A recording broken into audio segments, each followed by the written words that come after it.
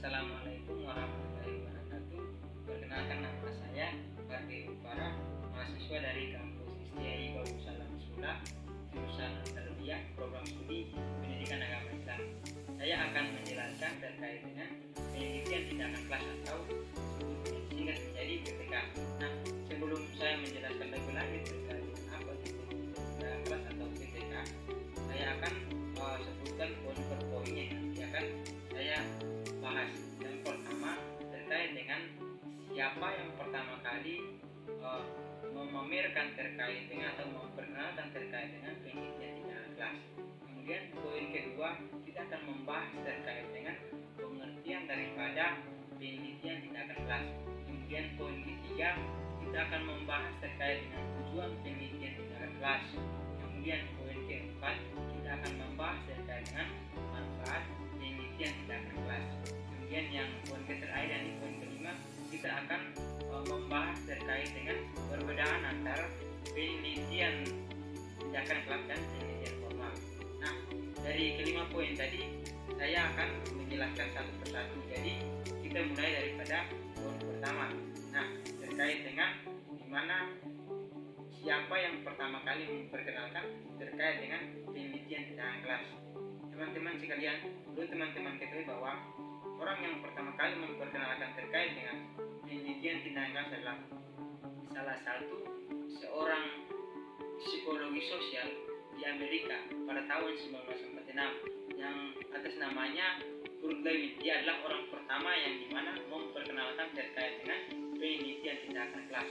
Kemudian kita masuk pada pembahasan yang kedua, yakni terkait dengan pengertian daripada penelitian tindakan kelas. Nah, pengertian daripada penelitian tindakan kelas adalah penelitian tindakan kelas yang dilakukan di dalam kelas untuk bagaimana bisa mengukur terkait dengan sejauh mana kemampuan siswa, kemudian sejauh mana kemampuan guru dalam memberikan pelajaran kepada siswa. Nah, maksud daripada pengertian tadi adalah bagaimana penelitian tindakan kelas ini dia lebih merujuk kepada kelas, dalam hal ini siswa dan guru. Kenapa siswa dan guru yang menjadi titik daripada penelitian tindakan kelas? Karena di situ akan yang pertama kita bicara soal siswa, maka yang diukur adalah apakah siswa memahami tidak terkait dengan apa yang disampaikan oleh guru tersebut. Kemudian yang kedua, kita bicara soal guru. Apakah guru ini dia siap atau tidak, dia grogi atau tidak dalam penyampaian materinya, kemudian penguasaan materinya itu sesuai atau tidak begitu. Itu yang menjadi pengertian dan maksud daripada penelitian tindakan kelas tadi.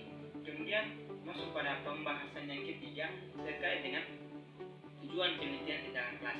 Dalam tujuan penelitian tindakan kelas ini ada 4 poin yang akan saya jelaskan satu persatu. Poin pertama, tujuan daripada penelitian tindakan kelas atau penelitian PTK ini terkait dengan perilaku siswa. Kenapa sampai poin pertama membahas terkait dengan perilaku siswa? Kita kembali ke pembahasan awal tadi bahwa PTK ini adalah penelitian tindakan kelas, berarti dia lebih khusus, lebih merujuk kepada siswa dan guru. Maka tujuan daripada penelitian tindakan kelas ini yang pertama adalah berbicara terkait dengan siswa, perilaku siswa. Kenapa sampai perilaku siswa menjadi daripada penelitian tindakan kelas? Karena siswa ini kita akan menilai mereka daripada perilaku yang sebelumnya, di beberapa bulan sebelumnya atau di beberapa minggu sebelumnya itu mereka punya tingkah laku dengan hari ini sudah berbeda atau belum. Nah, itu menjadi bahan penelitian tindakan kelas buat siswa. Kemudian poin yang kedua, meningkatkan, memperbaiki pola mengajar daripada seorang guru. Nah, kenapa sampai harus kita meningkatkan, kemudian kita memperbarui terkait dengan pola pengajaran daripada seorang guru? Karena belum tentu satu pola yang digunakan oleh seorang guru itu mampu memberikan pemahaman kepada siswa-siswa yang lain. Karena dalam setiap siswa itu mempunyai pemahaman yang berbeda-beda, mempunyai psikologi yang berbeda-beda. Maka pola yang dilakukan oleh seorang guru itu harus diganti dan disesuaikan dengan psikologi daripada siswa tersebut. Kemudian poin yang ketiga, memperbaiki praktek pembelajaran. Kenapa di situ harus ada memperbaiki praktek pembelajaran termasuk dalam tujuan penelitian tindakan kelas? Karena kita yang pertama dalam tahapannya itu ada jangka pendek, jangka menengah, dan jangka panjang. jangka pendek itu kita akan menilai berarti sejauh mana guru ini dia punya pemahaman, kemudian dia memberikan, dia merubah terkait dengan praktek pembelajaran seperti apa. Kemudian yang kedua kita bicara soal jangka menengah, maka semua itu akan diukur bahkan sampai pada jangka panjang, semua itu akan diperbaiki. Dan dalam proses pembelajaran seorang guru itu dia akan berubah daripada semua itu, dia akan menyesuaikan terkait dengan keadaan atau kondisi yang ada. Itu poin ketiga daripada tujuan universitas.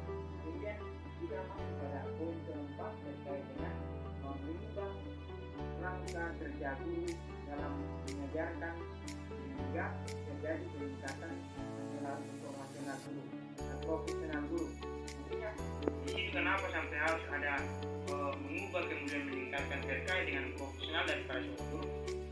Seorang guru ini dibutuh menjadi seorang guru yang profesional agar bagaimana dia tidak memihak kepada salah satu siswa. Misalnya dalam sebuah kelas, kemudian di situ ada siswa yang aktif dan ada yang tidak aktif, maka di situ nanti jangan guru ini dia tidak profesional ketika dia hanya berpatokan, dia hanya selalu berbicara kepada yang aktif, kemudian yang tidak aktif ini yang pastinya dia merasa bahwa dia diasingkan atau dia dimarginalkan. Maka sebagai seorang guru dia harus profesional supaya semua itu dia merata.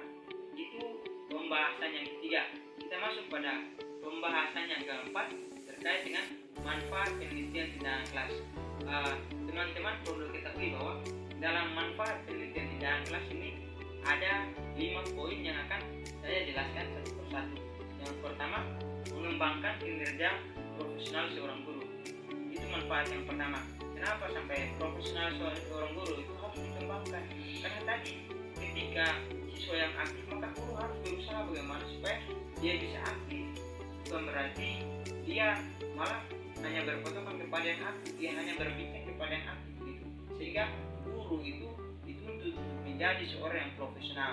Kemudian masuk pada poin kedua terkait dengan manfaat daripada penelitian di dalam kelas, yakni melatih guru untuk menjadi pemecah masalah yang handal. Kenapa sampai di situ?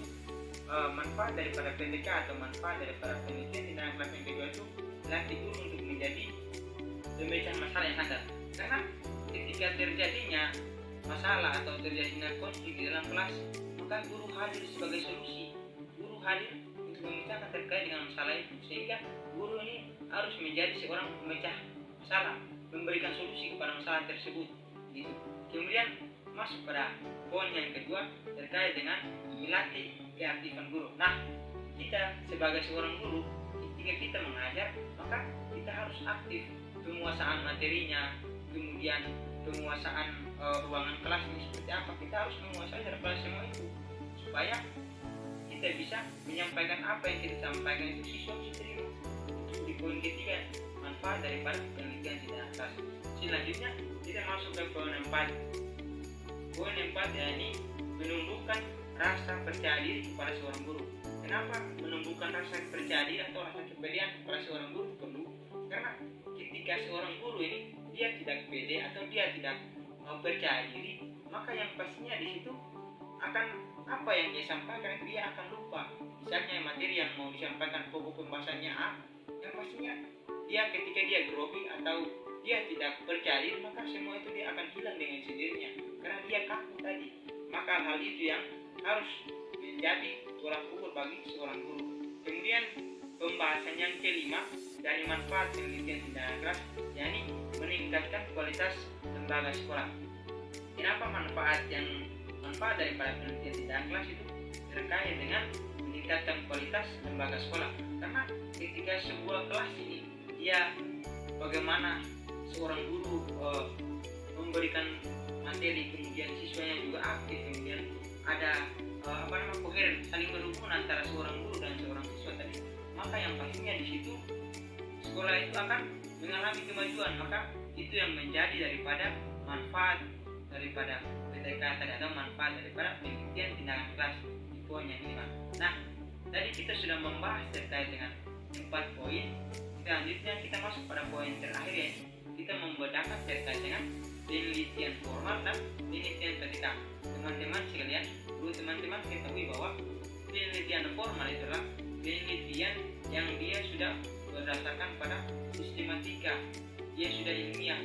Namun yang menjadi pengkajian daripada penelitian formal ini, dia bersifat umum.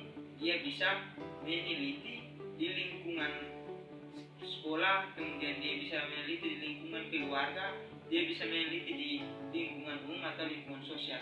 Namun PTK ini perbedaannya dengan PTK ini, PTK atau penelitian tindakan kelas ini dia lebih dikhususkan ke kelas. Kenapa sampai dia lebih dikhususkan ke kelas? Karena penelitian tindakan kelas, sehingga dia lebih khusus ke kelas. Ini yang menjadi penelitiannya adalah guru dan murid.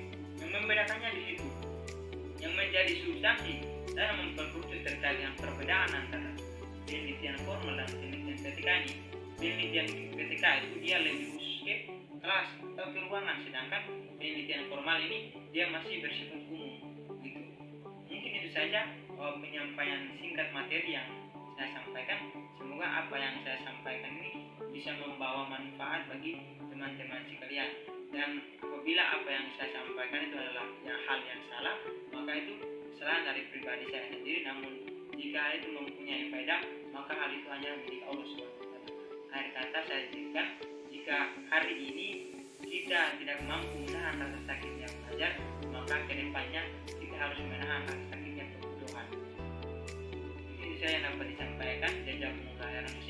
Assalamualaikum warahmatullahi wabarakatuh.